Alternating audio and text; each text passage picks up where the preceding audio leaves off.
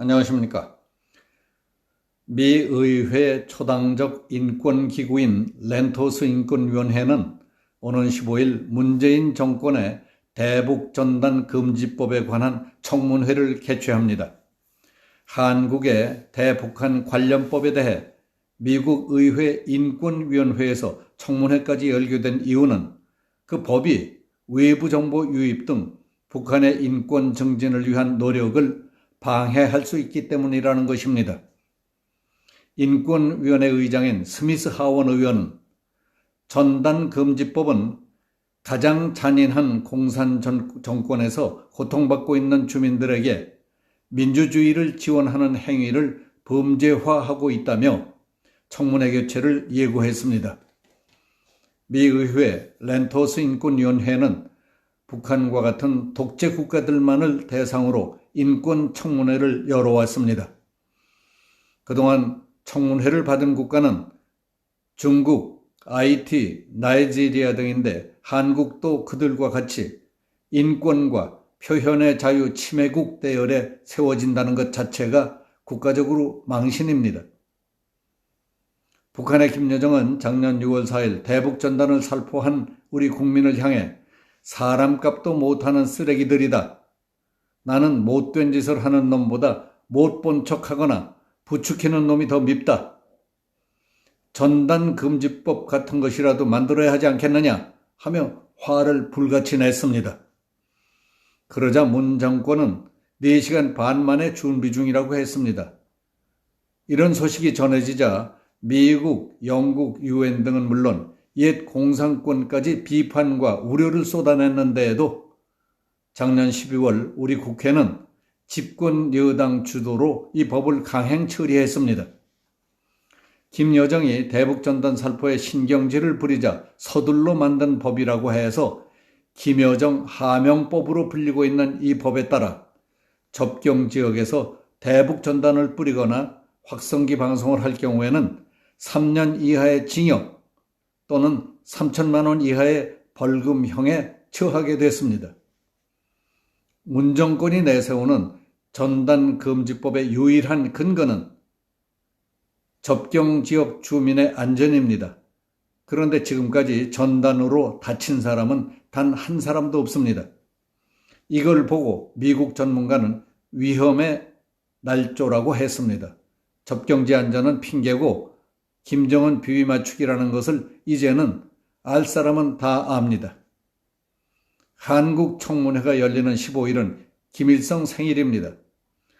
렌토스 인권위원회는 이번 청문회를 한반도 표현의 자유에 관한 청문회라고도 했습니다.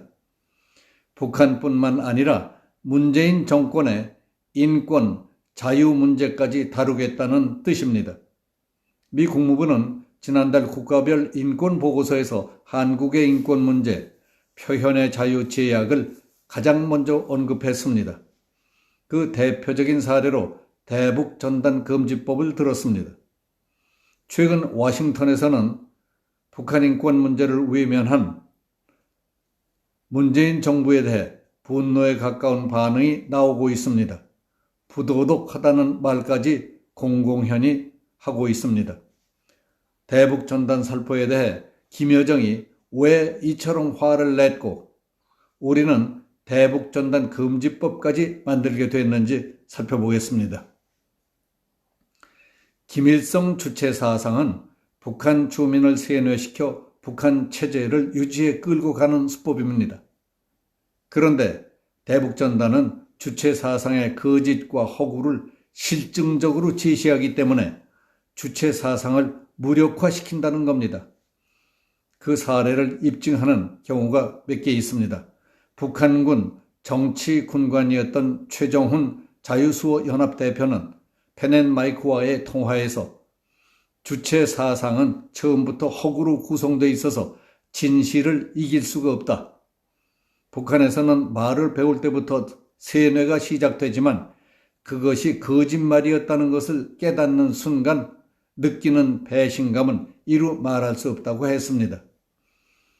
지난 1987년 칼 858기를 폭파했다가 잡힌 북한 공작원 김현희는 18년 동안 세뇌 교육을 받고 8년 동안 공작원 밀봉 교육을 받았습니다.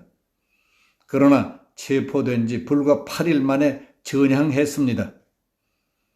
우리 국정원에서 파악하고 있는 북한의 주체 사상은 체제 전체를 종교 집단으로 만들어 주민들의 사상을 지배하려는 것이 목적입니다. 그러니까 체제를 튼튼하게 만드는 데 이용하는 일종의 사상 통제 기구입니다. 그것도 진실을 바탕으로 주체 사상을 정립한 것이 아니고 과장, 왜곡, 허구로 억지로 꾸며놓은 것에 불과합니다.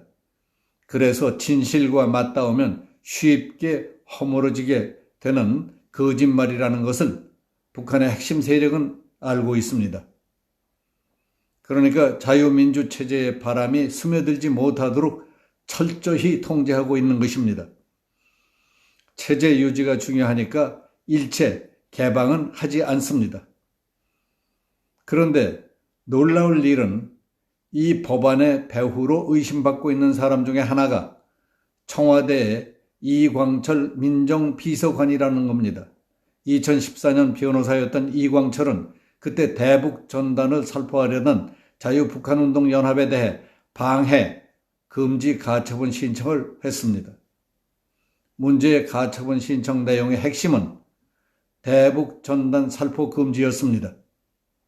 그때 민주사회를 위한 변호사 모임 민변의 사무처장이었던 이 변호사는 북한 지도부를 비난하는 내용의 전단지를 날려보내는 행위와 풍선수소 주입장치 반입 행위, 보도 공표 행위를 할 경우 1회당 200만 원의 벌금 지급형 제재를 신청했던 사람입니다.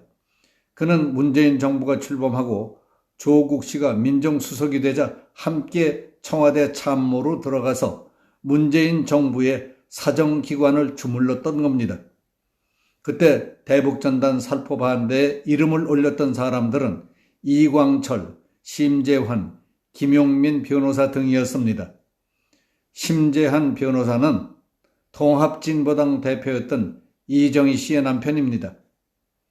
심지어 김여정 하명법을 만든 민주당 의원은 현 정권의 실세인 이인영 통일부 장관과 전해철 행정안전부 장관, 당권을 노리고 있는 민주당의 송영길 의원, 무소속의 김영불 의원 등입니다. 앞에서 말씀드린 배경과 상황, 그리고 인물들이 국내외의 반대와 우려를 물리치고 김여정 하명법을 만들었고 이제 국제사회의 청문회까지 가게 됐습니다. 북한은 작년 6월 4일 김여정이 대북전단에 대한 한마디 한 뒤 6월 16일에는 수백억 원을 들여 지은 남북한 연락사무소 건물을 삽시간에 폭파해버렸습니다. 그리고 입만 열면 문 대통령 등 남한 지도부에 대해 모욕적인 욕설을 퍼붓고 있습니다. 3년 전과 같은 봄날은 이제는 없을 것이다.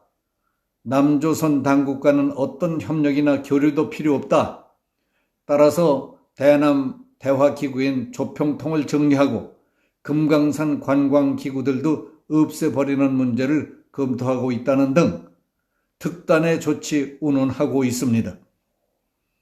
상황이 이쯤 됐는데도 우리 정부는 대북 관계에 대한 헛꿈을 버리지 못하고 국제적 망신과 국격 추락, 안보 외교적 따돌림을 당해가며 북한의 바짓가랭이를 붙들 것인지 치밀어 오르는 분노를 억누를 길이 없습니다.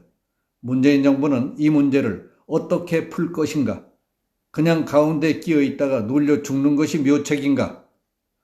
전단금지법으로 도대체 우리가 얻은 게 무엇인가? 하고 물어보고 싶습니다. 그걸 곰곰이 생각해본 정부 당국자가 있습니까? 여기서 마치겠습니다. 감사합니다.